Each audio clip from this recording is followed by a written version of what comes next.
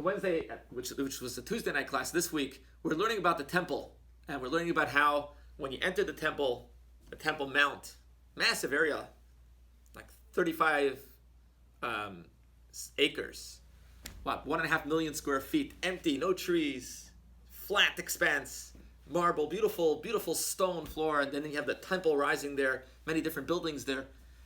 So there's one area that was called the wood chamber, where they looked through the wood to see if there was any worms or if the wood rotted, the wood used for the temple, for the altar.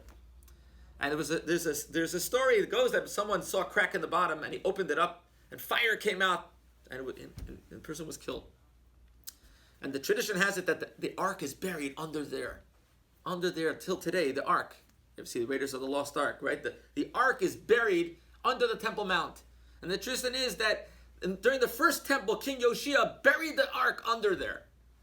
He set a place for it when King Solomon built it 350 years before. He set a place for the ark underground, and King Yoshia, 40 years before the destruction of the first temple, buried it there. In the second temple, we didn't have the ark on the top of ground. So it's a very fascinating thing that when the initial temple, the first temple was built, there was two areas for the ark, up aboard in the Holy of Holies and below. And in other words, when the temple was destroyed by the Nebuchadnezzar, there's one area of the temple that still stands whole. That's the underground chamber of the ark.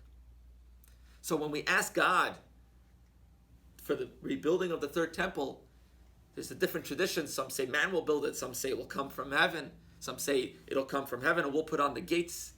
But there is one part of the temple that is always there. The ark, which is the engines, the essence of the temple, is below, underground. Same thing with our own temple. Everything could seem destroyed. We could see someone seems far away from Judaism, but our temple, our ark, our soul is always whole. No one could destroy it. No Inquisition, no Holocaust could destroy the soul of the Jewish person. No Stalin our soul remains whole. So what can happen is, yes, the stones, the outside could be destroyed, but the inner holy ark within every one of us still remains holy. And at this time we think about that, and through that we will have the rebuilding of the external part of the temple as well, with the coming of Mashiach immediately. Have a wonderful week.